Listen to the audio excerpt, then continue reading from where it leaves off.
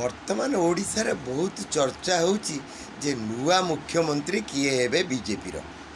ତେଣୁ ବହୁତ ଲୋକଙ୍କ ନାଁ ଉଠାଉଛନ୍ତି, କିନ୍ତୁ ମୋ କହିବା କଥା ବର୍ତ୍ତମାନ ଯେଉଁ ଡିସିସନ୍ ନେଇଛନ୍ତି ସେଣ୍ଟ୍ରାଲ ଗଭର୍ଣ୍ଣମେଣ୍ଟ ବା ମୋଦି ସରକାର, ଯେ ଓଡ଼ିଶାରେ ଯେଉଁ ବିଜେପିର ମୁଖ୍ୟମନ୍ତ୍ରୀ ହେବ ସିଏ ଜଣେ ଓଡ଼ିଆ ପୁଅ ହେଇଥିବ ବା ଝିଅ ହେଇଥିବ।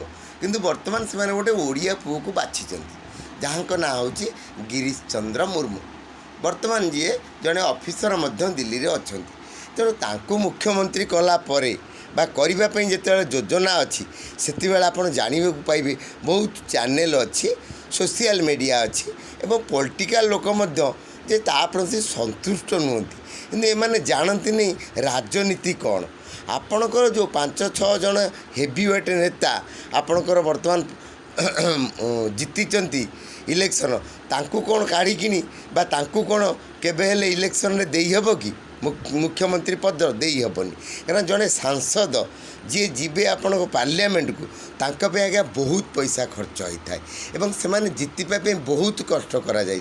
ତେଣୁ ତାଙ୍କୁ ଯଦି ସେ ମୁଖ୍ୟମନ୍ତ୍ରୀ କରାଯାଏ, ତାହେଲେ ସେ ଆପଣଙ୍କର ଯେଉଁଠୁ ସେ ଜିତିଛନ୍ତି ସେ ପଦଟାକୁ ତାଙ୍କୁ ଛାଡ଼ିବାକୁ ପଡ଼ିବ। ତେଣୁ ବର୍ତ୍ତମାନ ଗିରୀଶ ଚନ୍ଦ୍ର ମୁର୍ମୁ ବର୍ତ୍ତମାନ ମୁଖ୍ୟମନ୍ତ୍ରୀ ହେବାକୁ ଯାଉଛନ୍ତି, ସିଏ ଆଜ୍ଞା କୌଣସି କେଉଁଠୁ ସିଏ ନିର୍ବାଚିତ ହୋଇନାହାନ୍ତି। ସିଏ ବର୍ତ୍ତମାନ ଗଭର୍ଣ୍ଣମେଣ୍ଟ ସର୍ଭେଣ୍ଟ, ସିଏ ଇସ୍ତଫା ଦେଇକିନି ମୁଖ୍ୟମନ୍ତ୍ରୀ ହେବେ।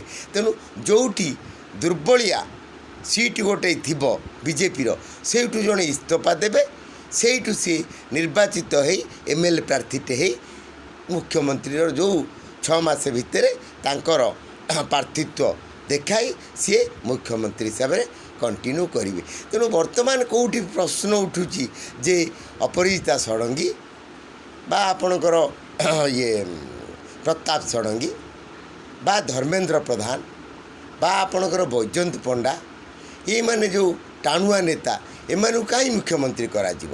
ତେଣୁ ବର୍ତ୍ତମାନ ପ୍ରଧାନମନ୍ତ୍ରୀ ଯେଉଁ ଡିସିସନ୍ ନେଉଛନ୍ତି ସେଇଟା ଠିକ୍ ଏବଂ ସିଏ ମୁଖ୍ୟମନ୍ତ୍ରୀ ହେଲେ ଠିକ୍ ହେବ ଓଡ଼ିଶା ପାଇଁ। ତେଣୁ ଏଇ ଅଲଗା ଯେଉଁମାନେ ଆଖି ଠାର ମାରୁଛନ୍ତି ଏଇଟା ଠିକ୍ ନୁହେଁ, ତାଙ୍କର ଚିନ୍ତାଧାରାଟା ଭୁଲ। ରହିଲି। ନମସ୍କାର।